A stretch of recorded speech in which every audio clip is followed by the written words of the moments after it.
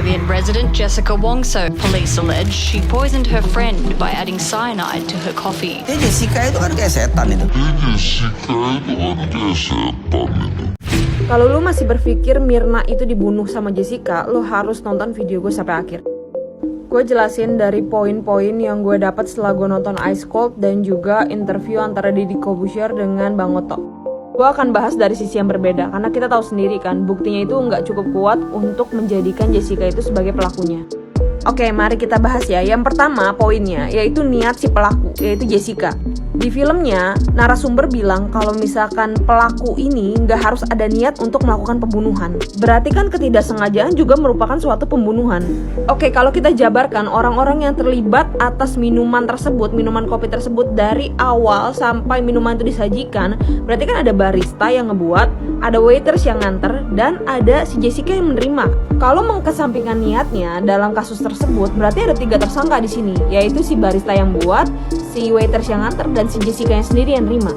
Tapi kenapa hanya Jessica yang ditetapkan sebagai tersangka, tapi waiters dan si pembuat kopinya ini hanya dipanggil sebagai saksi? Dan yang kedua adalah kenapa Jessica tidak diperbolehkan untuk interview. Kalau ini kalian pasti tahu semua kan. Padahal dari interview Jessica itu kita akan masuk ke dalam inti permasalahannya, tapi oleh pihak kepolisian diberhentikan dan tidak boleh diwawancarai kembali. Yang ketiga adalah permasalahan itu sendiri yang rancu. Menurut gua, poin masalah dari kasus ini adalah apa yang membuat Jessica meninggal dan siapa pelakunya.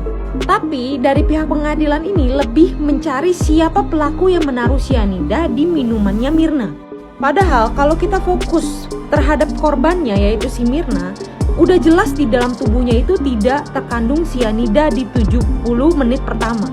Dan setelah 3 hari baru terlihat ada 0,2 mg cyanida gitu kan. Yang mana kedua fakta itu membuktikan kalau Jessica ini tidak meninggal karena keracunan cyanida, tapi alasan lain. Alasannya apa ya kita nggak tahu karena tidak diotopsi oleh keluarga. Berarti kan itu sudah sangat menjelaskan bahwa Jessica ini bukan pembunuh Myrna. Karena Myrna bukan meninggal karena keracunan, tapi karena hal lain.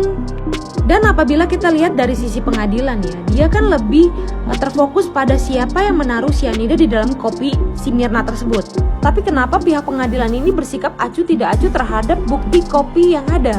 Contohnya sisa kopi yang kemarin dibahas di Deddy Corbuzier. Dan sisa kopi yang habis diminum sama Jessica itu dibawa ke dalam sama manajer. Kita nggak tahu di dalam itu diapain, siapa yang megang, siapa yang minum, siapa yang menambahkan.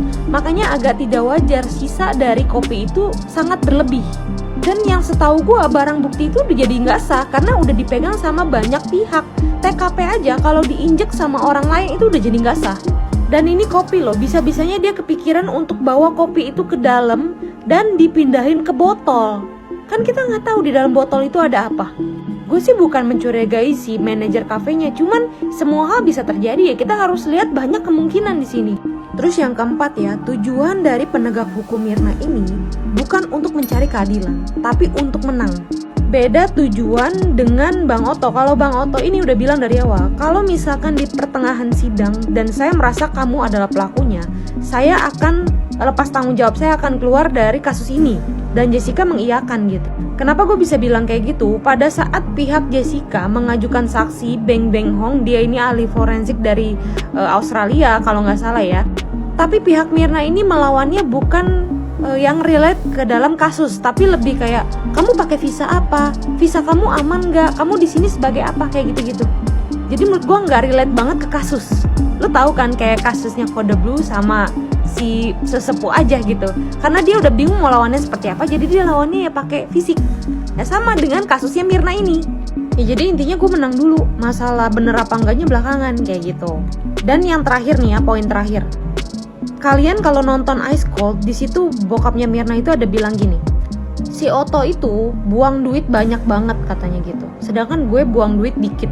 Pokoknya dia mention soal nyogok-menyogok.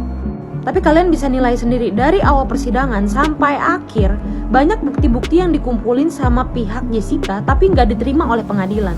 Padahal bukti yang diserahkan itu adalah bukti penting. Kalau dia nyogok, nggak mungkin bukti sepenting itu tidak diterima. Kalau menurut gua, ini udah terlihat banget kalau kasus ini harus banget jadi kasus pembunuhan. Dan sudah ditetapkan siapa tersangkanya. Karena banyak banget barang bukti yang maksa. Bahkan kayak CCTV yang dimanipulasi kayak seakan-akan si Jessica garuk-garuk. Dan foto yang tadinya si Mirna ini mukanya biru jadinya merah, itu terlihat sekali dibuat-buatnya. Tujuannya apa, kepentingannya apa, gua nggak tahu. Tapi setelah gua jabarkan kalau kalian masih percaya Jessica itu adalah pembunuhnya, ya fine, nggak apa-apa. Yang penting gua udah kasih tahu dari sudut pandang gua, ini adalah kebenarannya. Kalau menurut kalian gimana? Jessica telah divonis 20 tahun penjara atas tuduhan membunuh Mirna dalam kasus kopi sianida. Sekarang sudah menjalani hukuman selama 7 tahun. Dan sekarang mengemuka lagi dan menjadi viral. Bukan cuma di Indonesia tapi di seluruh dunia. Karena film dokumenter tentang masalah itu yang tayang di Netflix itu benar-benar telah membuat penasaran khalayak banyak. Saya tidak tahu siapa sesungguhnya pembunuh. Dan menurut para pakar, sebetulnya pengadilan yang memutuskan bahwa Jessica bersalah itu sebetulnya sama sekali minim bukti atau bukti tidak memadai. Tapi bagaimanapun vonis sudah dijatuhkan dan sudah menjalani hukuman 7 tahun. Nah, menurut saudara, kira-kira apakah Anda yakin Jessica pembunuhnya atau tidak? Kalau Anda yakin, silakan tulis di komentar yakin atau iya. Kalau Anda tidak yakin, katakan tidak. Jikalau sesungguhnya Jessica bukan pelaku, kita berharap pelaku yang sesungguhnya akan terungkap demi penegakan hukum yang adil di negeri ini.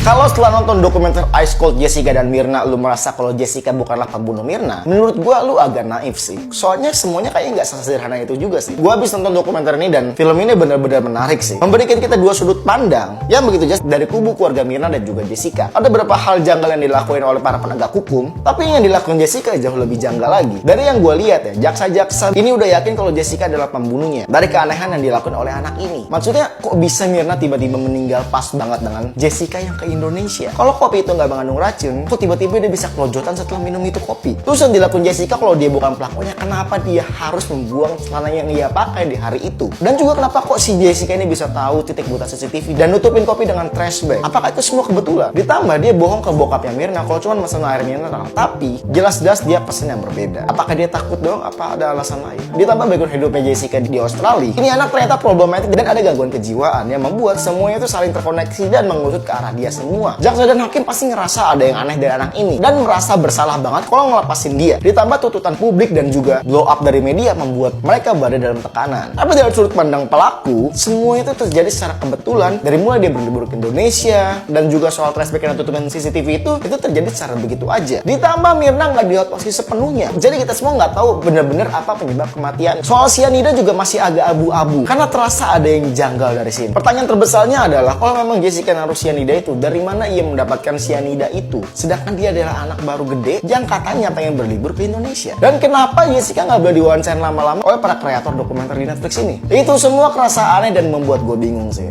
Tapi daripada itu, film ini benar-benar bagus sih. Menampilkan berbagai sudut pandang dan menjadi point of view orang ketiga sehingga membuat penonton berpikir sendiri apa yang sebenarnya terjadi. Dan kesimpulan dari sudut pandang gue, dengan segala keanehan yang dilakukan oleh Jessica, again membuat jaksa dan juga hakim yakin kalau dia pelakunya. Meskipun yang harus dibawahi adalah tidak ada bukti konkret. Sehingga apapun mereka tempuh untuk membuai si Jessica ini. Kita kan juga nggak tahu pasti kenapa Jessica ini ngebuang celananya. Kita juga nggak tahu kehidupan aslinya Jessica dia di Australia ini kayak gimana. Kalau yang dibilang film ini benar kalau Jessica di Australia itu sangat problematik dan juga ada sedikit kejiwaan. Kalau kita tarik itu semua jadi masuk akal. Kenapa dia ngelakuin semua ini karena lantaran gangguan jiwa yang dialamin mungkin. Itu motifnya. Dan yang paling tanda tanya besar itu sih kalau emang dia bersikeras bukan pelakunya, kenapa dia ngebuang celananya di hari kejadian. Tapi semuanya kembali ke penonton sih. Di luar itu semua, ini adalah film dokumenter yang gak ngebosenin dan bagus banget seperti dokumenter-dokumenter crime dan juga pembunuhan Netflix lainnya. Jadi, sikat. Lalu, menurut kalian gimana ini?